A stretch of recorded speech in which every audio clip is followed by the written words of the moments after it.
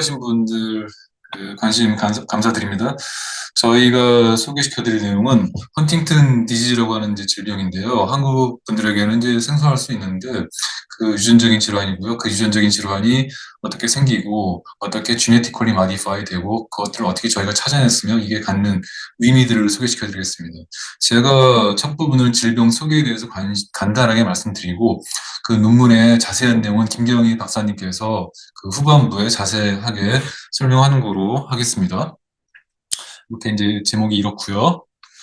자, 이제 헌팅턴병은 이제 사람들이 잘 모르는 경우가 많습니다. 한국 분들은. 그래서 한국 분의 그 환우들을 만나봐도 이 헌팅턴병을 그 한국 그 친구분들이나 이 주변 분들에 소개하는데 굉장히 어려움이 많다고 해요. 한국에도 헌팅턴병이 꽤 있는 걸로 알고 있고요. 환우에도 있는 걸로 알고 있습니다. 그래서 헌팅턴병을 생소하다고 생각하시면은 파킨슨병하고 조금 견주어서 비교해 보시면 되는데요. 파킨슨은 스포레딕인 케이스가 많죠. 주네틱 커즈가 잘 알려지지 않은 경우가 그렇게 많이 있는데, 그리고 파킨슨은 조금 더 커먼하고요. 프리퀀트합니다. 그리고 레스팅 트레머나 그리고 뭐 그 파스처가 프리징 된다거나 그런 이제 티피컬한 심텀이 있고, 파킨슨 같은 경우는 인볼런트리 무브먼트가 조금 더 스트롱하고요. 100% 지네틱입니다. 그래서 이제 둘 다 뉴로 디제너레이션인데 그 영향받는 브레인 리전이 약간 틀립니다. 파킨슨 같으면은 이제 도파민을 만들어내는 서브스탄셜 나이그라가 죽어서 없어져서 생기는 병이고,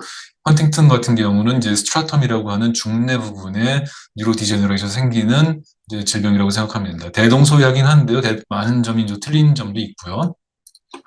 그래서 헌팅턴 질병 같은 경우 저는 이제 HD로 부르겠습니다. 헌팅턴스 디지즈 HD로 부를 건데요. HD 같은 경우 이제 질병의 프리벌런스를 보면은 유러피언에 꽤 높은 편입니다. 이게 북미, 유럽에 꽤 많이 있고요.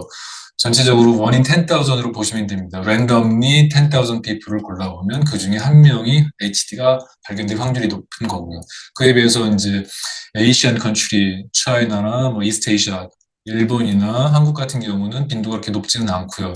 하지만 이제 디지즈 프리벌런스라고 하는 게 메디컬 케어, 헬스케어 시스템, 병원, 인슈어런스, 뭐 컬처, 소셜 레코그니션 이런 거에 의해서 많이 영향받는 관계로 정확한 그 디지즈 프리벌런스가 계산하기는 사실 쉽지는 않습니다.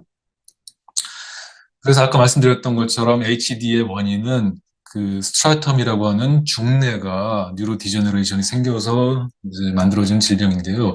이 왼쪽 그림을 보시면 A, B, C, D가 있는데 시간적인 뇌의 변화를 보여주는 그림입니다. 이 부분을 주의해서 보시면 될 텐데요. 이 부분이 이제 스트라텀인데 이 부분이 점점 얇아지는 것을 보실 수 있을 거예요.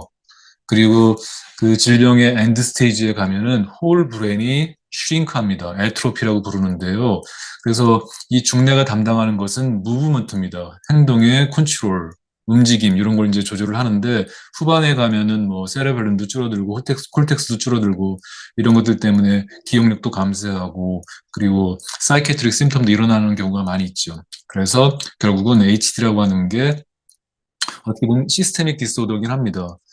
얼리 타겟이 스트래텀이긴 하는데 많은 브레인 리전이 영향을 받고 그 인볼런트리 무브먼트 코리아라고 하는 거는 이제 그 자기가 조절할 수 없는 그 몸의 움직임을 말합니다. 파킨슨에 비해서 굉장히 크고요. 그런 움직임들이 그런 언컨트롤드 무브먼트가 시간에 따라서 점점 커지고 카그니티브 디클라인도 점점 커집니다. 근데 이제 알츠하이머하고는 약간 틀린 게 알츠하이머보다는 조금 마일드하다라고 생각이 됩니다. 사진 같은 거를 보여주면 좀 기억도 좀 할 수 있고 뭐 이렇게 약간 좀 틀린 특색을 가지고 있고요.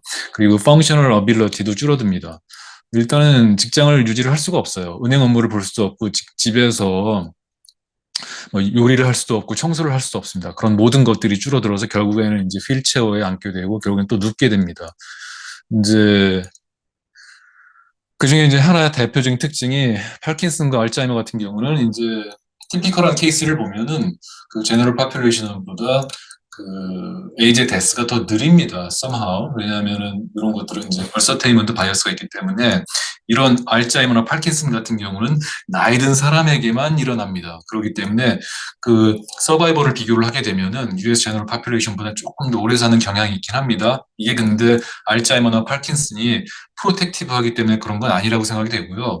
알츠하이머나 파킨슨이 나이 든 사람에게 걸리는 질병이기 때문에 이제 서바이벌 커브 이렇게 이제 늦게 나타나는 것처럼 보이긴 하는데 그에 반해서 헌팅튼 100% 지네틱에 근거한 HD 같은 경우는 그 일반인보다 빨리 죽습니다. 10년 한 20년 이렇게 빨리 죽고요. 그래서 질병이 어떻게 생기는가를 보여주는 그림인데요. 이 유전자가 발견된 건 1993년입니다. 그 우리 몸속에 있는 세포에는 이제 DNA가 있지 않습니까? 크로모즘도 있고 크로모즘 4번에 비교적 첫번 앞부분에 헌팅턴이라고 하는 이제 유전자가 있습니다. 헌팅턴이 유전자가 있는데요. 헌팅턴의 첫 번째 엑손의 그 DNA 시퀀스를 보면은 이렇게 CAG, CAG, CAG, CAG, CAG 이런 거를 이제 텐덤 리핏이라고 부르는데 이 CAG 텐덤 리핏이 있습니다. 이 CAG는 이제 글루타민을 만들어내고요. 그래서 이 CAG 길이가 코딩 시퀀스입니다. 글루타민을 만들어내는 코딩 시퀀스인데 36보다 작아지면은 별 문제가 없습니다. 그래서 보통 사람들은 뭐 19개, 20개, 21개 이렇게 됩니다. 근데 이게 35개 이상 늘어나면은요, CAG 텐덤 리핏이 35개 이상 늘어나면 질병이 됩니다. 그래서 지금 보통 많이 잘 알려진 DNA 베리에이션이나 폴리모픽 DNA 폴리모피즘 같은 경우는 글자 하나가 바뀐 뭐 스닙 같은 것들이 굉장히 많이 알려져 있는데요. 이것도 DNA 폴리모피즘입니다. 하지만 이 폴리모피즘은 시퀀스 글자가 틀린 게 아니라 길이가 틀린 폴리모피즘입니다. 길이가 짧으면 정상, 길이가 길어지면 질병, 이렇게 1대1, 원투원 커레스폰던스가 있는 굉장히 스트롱한 이제 뮤테이션이고요. 그래서 HD 환자를 쭉 골라서 보면은 그리고 그 사람들의 CAG의 길이를 보면은 보통 이제 피노타입을 갖고 있고 genetically ascertained 된 HD 페이션트를 보면은 가장 프리퀀트한 리핏이 42입니다. 42개. 하지만 이제 정상인들을 보면은 가장 흔한 게 19개, 20개. 그래서 이 슬라이드는 이 CAG 리핏이라고 하는 게 파퓰레이션에서 폴리몰픽하고 그리고 이 길이가 길어지면은 질병이 생긴다. 이거 하나만 기억해 두시면 될 것 같아요. 그래서 질병이 무엇 때문에 생기는지 알아봤고요. 질병은 이 DNA 베리에이션, 폴리몰픽한 그 랭스 폴리몰피즘에서 생기는 거고요. 근데 요 CAG 리핏의 길이가 굉장히 또 언스테이블합니다. 보통 보면은 모든 세포의 DNA 시퀀스는 동일할 거라고 다 대부분 생각하시는데 그렇지 않습니다. 이 CAG 리핏 같은 경우는요, 랭스 디펜던트하고 티슈 스페시픽한 인스타빌리티를 보입니다. 그래서 만약에 어떤 사람이 CAG가 42가 있다라고 하면은 그 CAG의 길이가 리버하고 스트라텀에서는 좀 더 길어지는 경향이 있어요. 그리고 다른 티슈들은 조금 더 스테이블한 경향이 있고 그래서 그 리버의 티슈를 꺼내서 그 길이를 재면은 헐트에 있는 세포의 DNA보다 그 CAG 길이 같은 위치, 같은 DNA 로커스에서 CAG의 길이가 더 길 수 있습니다. 그래서 DNA 모든 세포에 있는 모든 DNA 시퀀스가 같다라고 하는 생각은 뭐 대부분 맞는데요. 틀린 경우도 있습니다. 이게 이제 뭐 대표적인 경우고요. 그래서 지금 보여주는 거는 CAG 랭스의 길이가 그대로 있지 않고 티슈 스페시픽하게 늘어나는 티슈가 있다. 그 티슈는 뭐냐면은 스트라이텀, 그러니까 HD의 타겟 티슈인 스트라이텀과 리버가 이게 CAG 길이가 가만히 안 있고 점점 늘어나더라. 이런 이제 현상이 있습니다. 나중에 지금 더 말씀을 드리겠지만 이런 이제 리핏 인스터빌리티가 HD의 중요한 역할을 합니다. 그래서 그러면 환자의 이제 샘플을 모아보면 어떤 것이 가장 중요한 것인가? 저희가 이제 가장 시작점과 끝점은 출발점과 도착점은 페이션트입니다. 환자입니다. 환자에서 시작을 해서 환자에서 가고 다시 거기서 질문 생기면 환자에서 묻고 뭐 이런 환자의 그 휴먼 서브젝트가 가장 중요한 저희의 이제 연구 과제인데요. 이 그림이 이제 보여주는 바는 무엇이냐면은 Y축은 이 발병이 언제 되느냐, 몇 살에 발병을 하느냐, 그게 Y축을 나타내고요. X축은 그 사람 하나하나의 길이, expanded CAG, CAG의 리핏의 길이가 얼마나 되느냐를 보여줍니다. 이 동그라미 하나하나는 각각 HD 페이션트 한 사람들을 이제 나타내고 있고요. 그래서 여기서 말씀드릴 수 있는 거는 제가 세 가지를 말씀드릴 수 있을 것 같아요. 첫 번째는 CAG 길이가 길어지면 온셋이 빨라진다. 라는 걸 첫 번째로 말씀드리고 싶고요. 원래 이제 CAG가 길어져서 생기는 질병임에도 있는데, 근데 그 환자들을 보면은 긴 CAG를 갖고 있는 사람들은 질병이 빨리 발생을 합니다. 첫 번째. 두 번째는 베리에이션입니다. CAG4를 한번 이렇게 쭉 보시겠어요? 그럼 여기 여러 사람들이 있는데 어떤 사람은 발병이 20살에 발병을 하고 어떤 사람은 80살에 발병을 합니다. HD는 100% 지네틱스입니다. 익스펜디드 CAG를 가지고 있어야 질병이 생기고요. 하지만 똑같은 CAG 기를 갖고 있어도 이렇게 발병하는 기간이 굉장히 다양합니다. 그게 두 번째입니다. 베리에이션이고요. CAG가 길이가 같아도 베리에이션이 있을 수 있다. 질병의 그 발생이 굉장히 빨리 될 수도 있고 늦게 될 수도 있다. 두 번째. 세 번째는요. 이 두 사람이 있는데요. 녹색으로 표시된 두 사람이 있고 빨간색으로 표시된 두 사람이 있습니다. 녹색으로 표시된 두 사람은 예상되는 그 온셋보다 한 10년 정도 느리게 발병을 한 사람들입니다. 빨간색으로 표시된 이 사람들은요, 예상되는 온셋보다 한 10년 정도 일찍 발병된 사람들입니다. 근데 잘 보면 이 두 사람이 형제 자매예요. 이 두 사람도 형제 자매고, 이 말은 예상되는 것보다 질병이 빨리 아니면 늦게 되는 그러한 것에 유전적인 요인이 있다라고 하는 것을 말씀드리는 거죠. 그래서 첫 번째는 코릴레이션, 두 번째는 베리어빌리티, 세 번째는 헤리터빌리티입니다. 그래서 저희가 여기서 중점적으로 보고 있는 것은 이 헤리터빌리티예요. 유전적인 요인이 있으면은 어떤 집안에서는 CAG 길이가 같아도 어떤 집안은 질병이 좀 늦는 집안이 있고 어떤 집안은 질병이 좀 빠른 집안이 있다. 그거를 중심으로 삼아서 저희가 연구를 시작을 하게 됐습니다. 왜냐하면은 HD가 헌팅턴 CAG 익스펜전에 의해서 생기는 거는 한 30년 전부터 알고 있었어요. 근데 아직 그 마땅한 효과적인 치료 방법은 없습니다. 근데 이런 이제 지네틱 마디파이어라고 지금 보면 되는데요. 이런 지네틱 마디파이어를 찾아내서 그 지네틱 마디파이어를 찾으면 아무래도 온셋을 조금 더 딜레이 할 수 있는 효과가 있지 않겠는가. 거기에 착안을 해서 아, 그래. 지네틱 마디파이어를 찾아보자. 이제 거기서부터 이제 연구가 시작이 된 거죠. 그래서 지네틱 마디파이어 컨셉은 그렇게 복잡하진 않습니다. 이거는 이제 하나의 이제 애널러지인데요. 그 HD를 요 비어벨리라고 생각을 하시면은요, 딱 맞고요. 그리고 CAG가 길어진 것을 요 맥주라고 보시면 됩니다. 그래서 왼쪽에 있는 호모심스는 맥주를 마셔서 이제 뭐 맥주를 마시니까 비어벨리가 생기겠지요. 근데 여러 사람들을 보니까 똑같은 양의 맥주를 마셔도 비어벨리가 좀 작은 사람이 있더라. 원인은 똑같지만 질병의 원인은 똑같지만 그 아웃컴이 다르더라. 그래서 이 사람들이 왜 다를까를 봤더니 왼쪽에 있는 호모심스는 텔레비전을 많이 보고 운동을 많이 안 하더라. 그리고 오른쪽에 있는 호모심스는 텔레비전을 좀 적게 보고 운동을 하더라. 그래서 원인은 똑같습니다. 원인은 똑같지만 그 아웃컴이 틀리게 할 수 있는데 그것이 바로 마디파이어가 할 수 있는 거죠. 여기서 보면 이 리모트 컨트롤 TV 타임이 마디파이어가 되는 거죠. 근데 마디파이어가 왜 중요하냐면은 그 전에도 말씀드렸듯이 한번 생각을 해보세요. 이 마디파이어를 알게 되면은 이 질병의 미케니즘을 조금 더 잘 알 수 있습니다. 그리고 마디파이어를 알면은 질병을 치료할 수 있는 방법을 좀 말해줍니다. 이 리모트 컨트롤이 마디파이어니까 이게 아무래도 글루코스 메타볼리즘, 엑서사이즈 이런 패스웨이가 연관되어 있겠구나. 이 비어밸리에 그러면은 운동을 좀 더 해야 되겠다. 그래서 이런 예제처럼 마디파이어를 안다는 거는 질병의 미케니즘을 알 수 있고 질병의 치료 방법을 제시를 해주니까 중요한 스터디가 되겠습니다.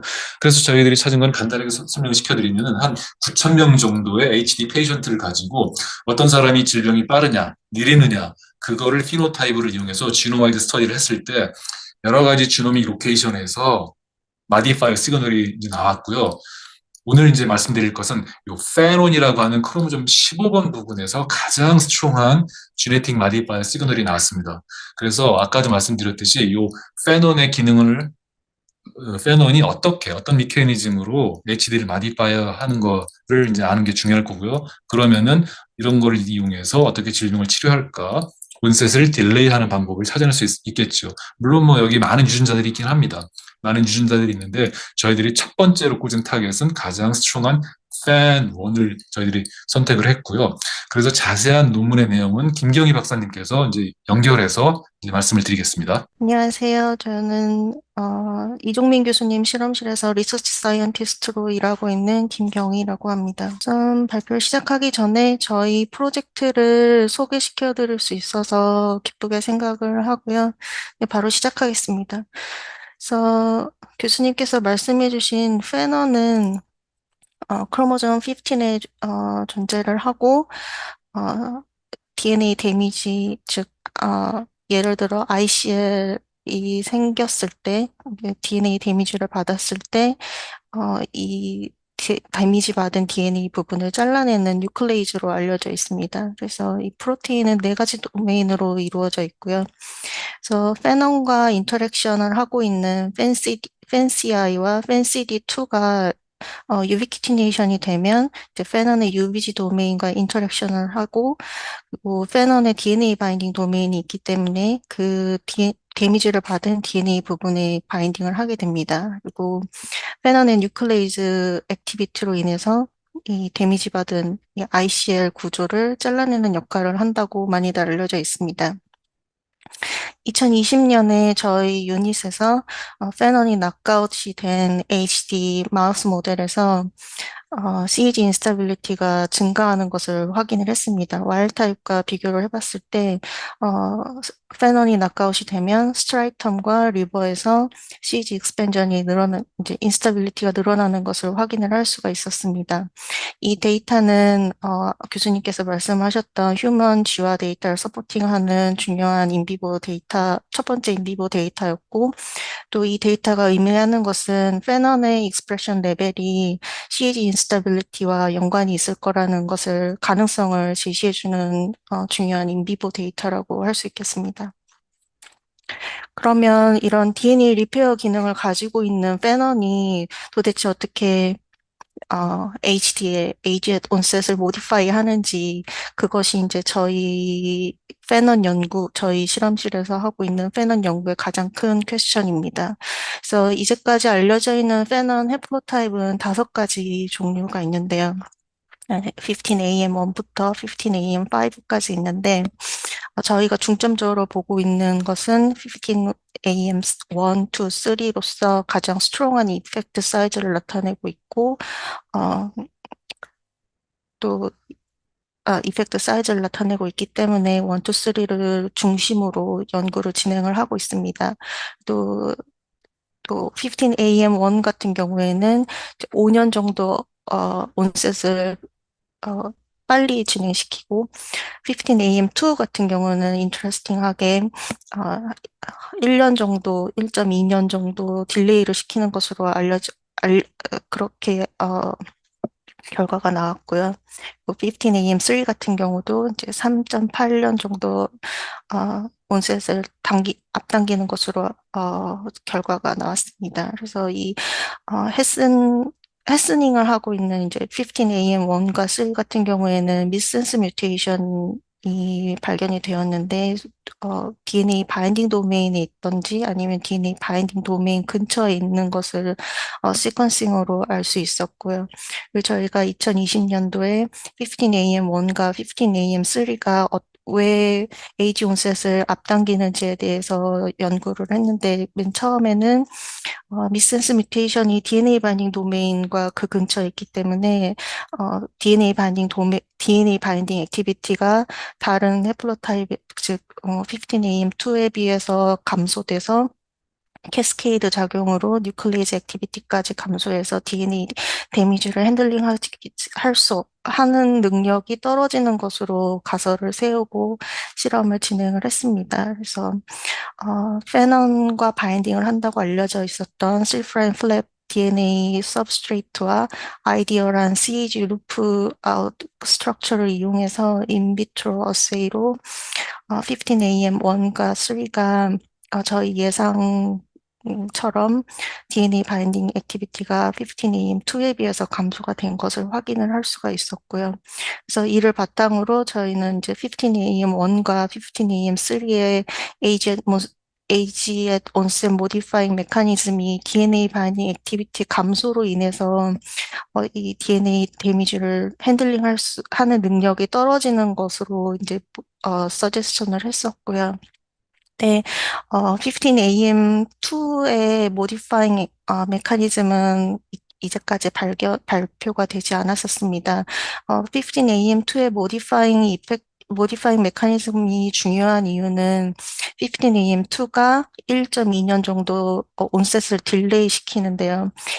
지금 HD 같은 경우는 치료제가 없기 때문에 1.1년이라도 에이지 온셋을 딜레이 시키는 것이 환자들의 삶의 퀄리티에 큰 영향을 미치기 때문에 이런 15AM2의 에이지 온셋 모디파잉 메커니즘을 찾는 것이 중요하다고 할 수 있겠습니다.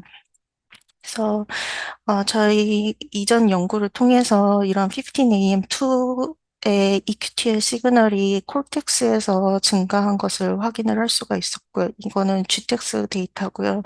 그리고 CMC 데이터셋에서도 이런 15AM2의 익스프레션 레벨이 증가한 것을 확인을 할 수가 있었습니다. 그래서 이 데이터를 바탕으로 저희가 가설을 세운 것이 15AM2의 익스프레션 레벨이 이런 HDAJ 논세 딜레잉하는 AJ 논세 메커니즘의 모디파잉 메커니즘의 중요한 키가 될 것이라고 가설을 세웠고요. 그래서 이 세 가지는 following question인데 그러면 이런 15AM2가 다른 15AM 이제 non 15AM2 해플로타입과 무슨 차이가 있는지 그리고 이 15AM2가 왜 콜텍스에서 익스프레션 레벨이 높은지 그리고 15AM2의 익스프레션을 레귤레이션 하는 메커니즘이 뭔지가 이제 저희의 팔로잉 퀘스천이 되겠습니다. 그래서 앞서 보여드렸던 EQTL식 그 GTX 데이터와 CMC 데이터는 RNA 레벨의 데이터를 분석한 것이기 때문에 저희가 15AM2의 레귤레이션 15AM2 expression regulation 메커니즘을 트랜슬레이션보다는 트랜스크립션을 좀 더 포커스를 맞춰서 연구를 진행을 했고요.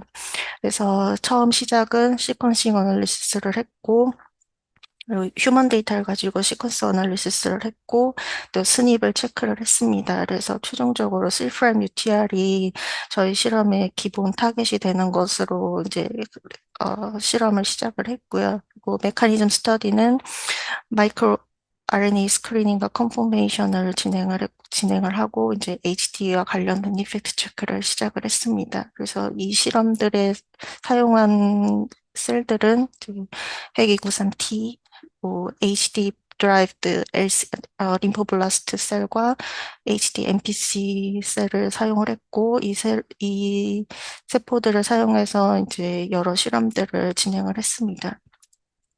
그래서 첫 번째 피겨는 이제 스닙 사이트를 보여드리는 건데요. 이제 페넌 UTR, 슬프람 UTR의 다섯 개의 스닙을 확인을 했습니다. 그래서 이 다섯 가지 스닙과 저희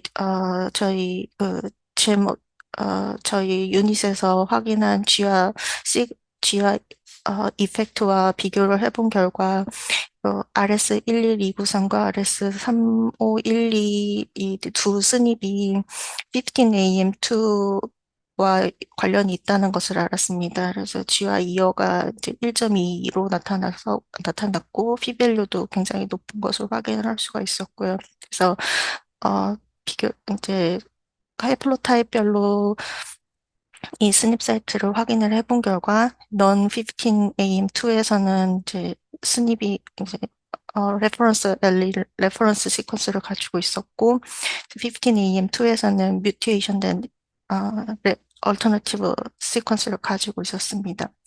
그래서 이 두 스닙을 포커스로 해서 마이크로 RNA 스크리닝을 시작을 했고요. 그래서 타겟 스캔 프로그램을 이용해서 타겟 스캔 프로그램과 이제 매뉴얼리 마이크로 RNA 스크리닝을 시작을 했고, 그래서 처음 네 가지의 마이크로 RNA를 캔디데이트로 삼았습니다. 그래서 non-15AM2에 바인딩 할 수 있는 두 가지의 마이크로 RNA를 선정을 했고, 15AM2에 바인딩 할 수 있는 특히 그 바인딩 한다는 것이 이제 그 이 두 스닙 사이트에 바인딩 한다는 것을 의미합니다. 그래서 15AM2에 바인딩하는 두 가지의 마이크로RNA를 선택을 했습니다. 그래서 모든 러 데이터는 보여드리지 않을 뭐 지금 발표에서는 보여드리지 않을 거고요. 그래서 페이퍼에 퍼블리시된 내용을 중점적으로 말씀드리겠습니다. 그래서 이 네 가지 중에 이제 여러 번 밸리데이트도 하고 스크리닝 작업도 계속을 한 결과 이제 그 non 15AM2의 perfectly 아니 시드 시퀀스가 perfectly 매치하는 바인딩하는 마이크로RNA 124 3P가 굉장히 스트롱한 캔디데이스라는 것을 확인을 했습니다. 그래서 293T에서 토탈 프로틴 레벨이 마이크로RNA 124를 오버스프레션 시켰을 때 감소하는 것을 확인을 했었고 CAG 18개와 43개짜리 HDLCL에서 이 셀라인은 15AM2와 non-15AM2 엘리를 갖고 있습니다. 그래서 저희가 이 마이크로RNA를 오버스프레션 시키고 엘릴릭 임밸런스를 확인을 할 수가 있었는데요. 저희 예상과 마찬가지로 124를 오버스프레션 시켰을 때 얼터너티브 엘릴 즉 이 15AM2의 익스프레션이 레이쇼가 증가한 것을 확인을 할 수가 있었습니다. 이 의미는 이제 non 15AM2가 감소했다는 의미고요. 그리고 이제 이거를 좀 더 확인을 하기 위해서 풀랭스 3' UTR 클로닝을 통해서 루시퍼레이저 세이를 진행을 했습니다. 그래서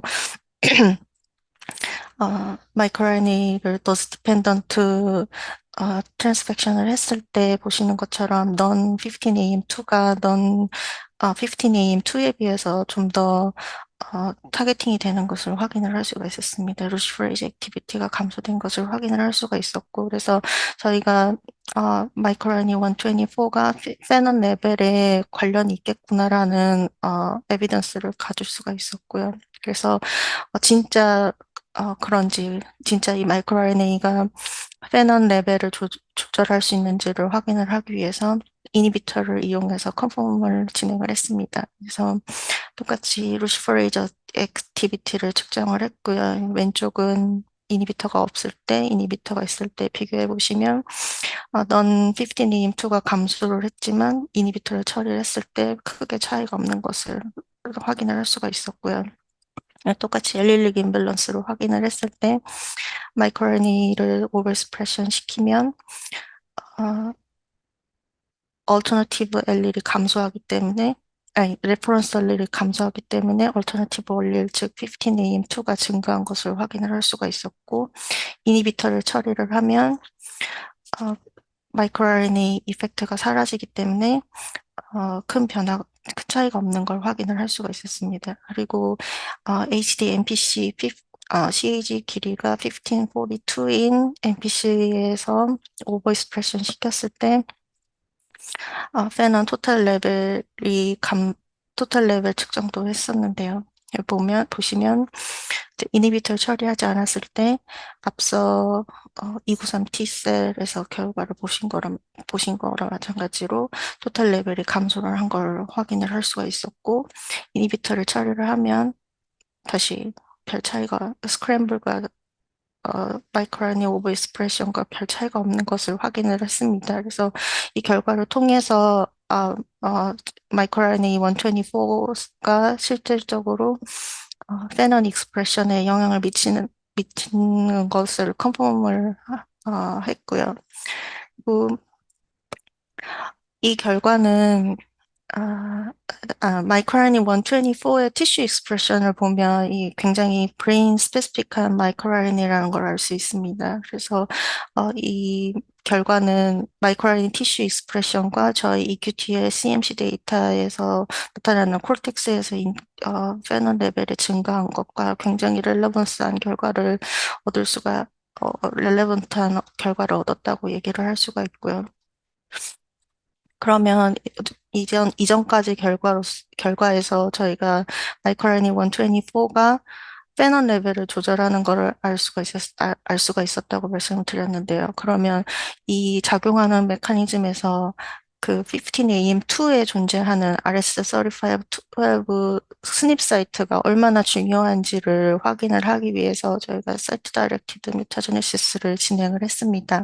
그래서 15AM2에 있는 이 RS3512 사이트 C를 레퍼런스 엘리린 G로 바꾸는 사이트 다이렉티드 메타제네시스를 진행을 했고요.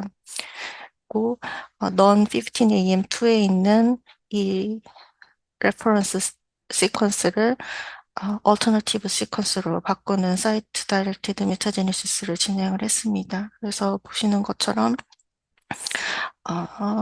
마이크로RNA 124를 오버스프렉션 시키면 15AM2는 MT 벡터에 비해서 별 차이가 없고 non 15AM2는 이전 결과랑 마찬가지로 감소한 것을 확인을 할 수가 있습니다.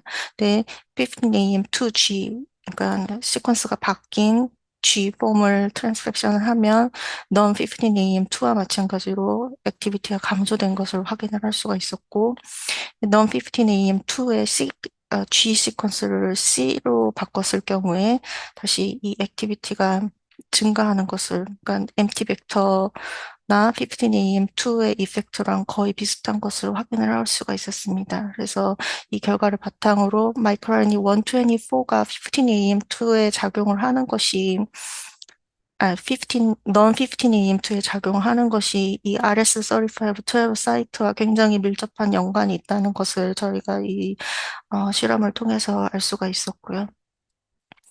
그리고 이 실험 결과들은 이제 마이크로RNA 124가 실질적으로 HD 피노타입인 CAG 인스타빌리티와 어떻게 영향을 있는지를 최종적으로 확인한 실험입니다. 그래서 계속 같은 결과를 보여드리고 있는데요. HD LCL에서 이제 트랜스크립션을 이니비션 시킬 수 있는 액티노마이신 D를 처리를 하고 나서 이제 페넌 RNA 레벨을 봤을 때 오버스프레션 시켰을 때 페넌 스테빌리티가 감소하는 것을 확인을 할 수가 있었고요.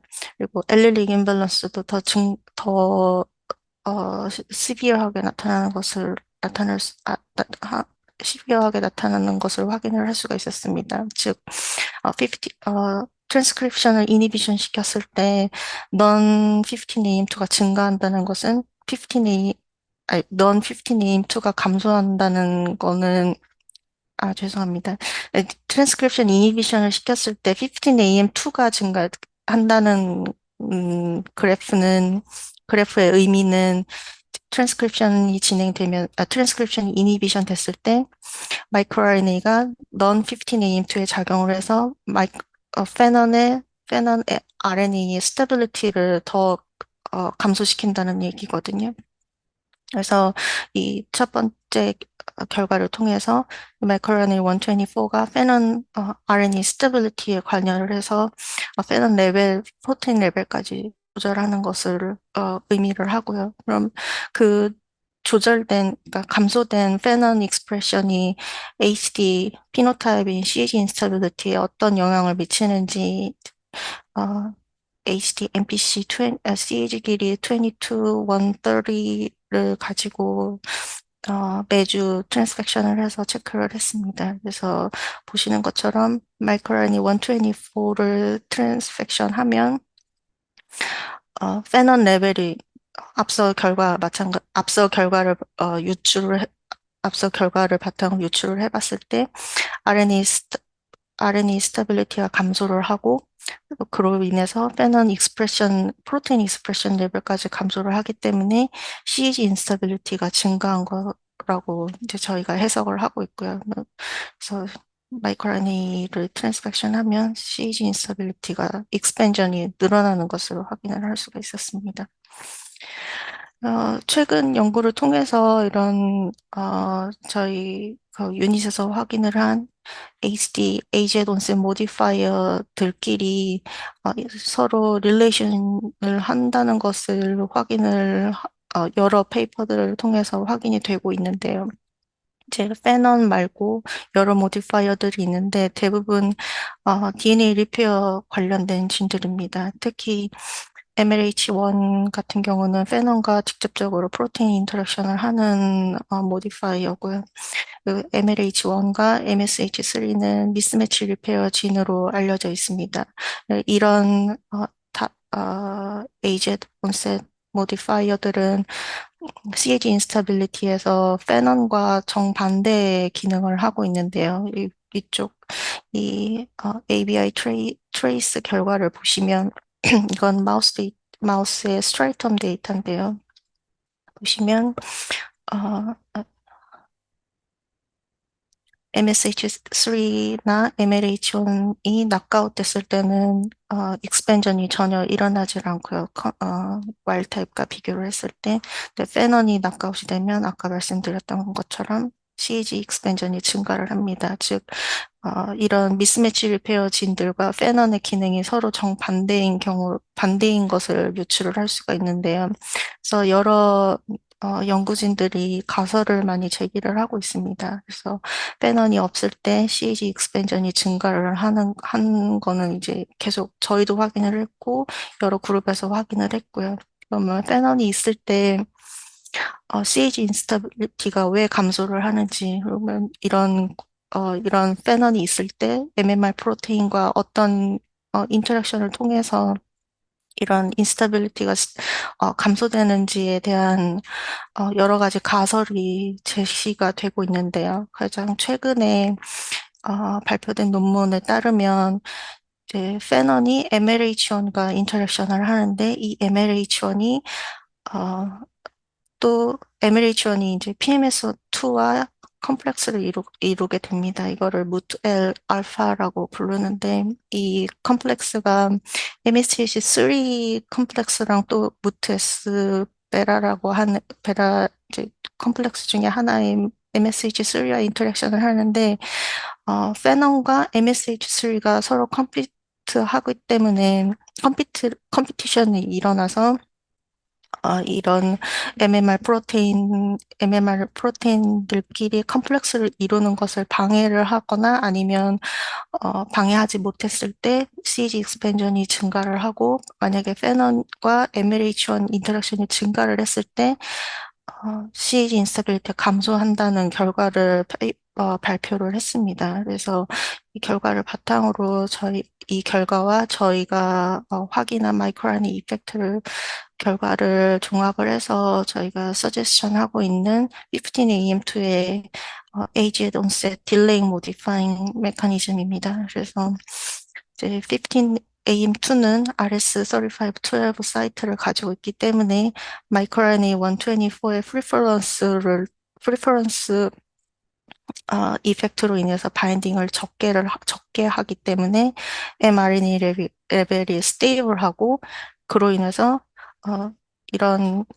레퍼런스 엘리를 가지고 있는 non-15AM2보다 페넌 레벨이 증가하게 되는 것으로 생각이 되고요. 저희 결과도 그렇게 나왔었고요. 그래서 이제 페넌과 MMR 컴피티션 이제 밸런스가 페넌 레벨이 증가를 하게 됨으로써 이제 페넌이 MMR 프로테인 컴플렉스를 이루는 것을 방해를 해서 CG 리핏이 스타빌라이즈 되고 온셋이 딜레이 되는 것이라고 저희가 서제스션을 하고 있고 반대로 이제 non-15AM2 같은 경우는 이게 레퍼런스 사이트이기 때문에 마이크로RNA 124의 시드 시퀀스와 퍼펙트 매치를 하게 되고 그로 인해서 페넌 mRNA가 언스테이블해서 프로테인 레벨이 감소하게 되고 그로 인해서 이제 MMR과 를 밸런스 밸런스 관점으로 MMR 컴플렉스가 더 많이 생성이 돼서 리핏이 익스펜전이 되고 그로 인해서 온셋이 더 빨라지는 것으로 이렇게 저희가 이번 논문에서 이렇게 서제스션을 했습니다. 그래서 종합해 보면 저희 이번 프로젝트의 가장 큰 키 파인딩은 마이크로RNA 124가 프리퍼런스하게 바인딩을 하는데 페넌 엘리를 바인딩을 하는데 RS3512 사이트의 레퍼런스 엘리에 프리퍼런스하게 작용을 하고 그 작용이 이제 페논 엘릴릭 임밸런스와 mRNA 스테빌리티, 프로테인 레벨까지 레귤레이션 한다는 것을 이제 처음으로 확인을 했고요. 그리고 이런 RS3512 얼터너티브 엘릴이 마이크로RNA 124 메디에이티드 페논 프로테인 레귤레이션에 중요하고 그로 인해서 페논 레벨이 증가함으로 딜레잉 에이지 온셋이 딜레잉 될 것이라는 모델을 저희가 서제스션을 했습니다. 한 것이 저희의 키 파인딩이고요. 그리고 또 다른 것은 15AM2에 존재하는 이 RS3512 사이트를 좀 더 잘 활용을 하면 테라피우틱 타겟이 될 수 있다. 그리고 이런 익스프레션 레벨 조절이 그 에이지 논센 딜레잉 메커니즘에 연관이 있기 때문에 테라피우틱 어프로치에 사용이 될 수 있다라는 것을 저희 결과가 암시하는 것이라고 생각을 하고 있습니다. 그리고 실제로 컴퍼니에서 이 내용을 바탕으로 드럭 디스커버리를 실시하고 있는 것으로 알고 있습니다. 그래서 저희 프로젝트는 HD 페이션트와 패밀리들의 서포트와 샘플 도네이션이 없으면 이루어질 수가 없습니다. 그래서 항상 저희 연구가 이루어질 수 있게 관심을 가져주고 샘플 도네이션을 해주는 HD 페이션트와 패밀리들에게 큰 감사의 인사를 드리고요. 그리고 저희 몰레큘러 뉴로 제네틱스 유닛의 많은 콜래버레이터들과 어드바이저들에게 감사를 드립니다. 그리고 저희 실험실에 CMC 데이터를 분석한 홍은표 박사와 HD MPC에서 CAG 인스타빌리티 어널리시스를 도와준 이유경 박사에게 또 감사를 드립니다. 그리고 이 연구는 CHDI와 NINDS의 서포트를 받아서 진행이 되었습니다.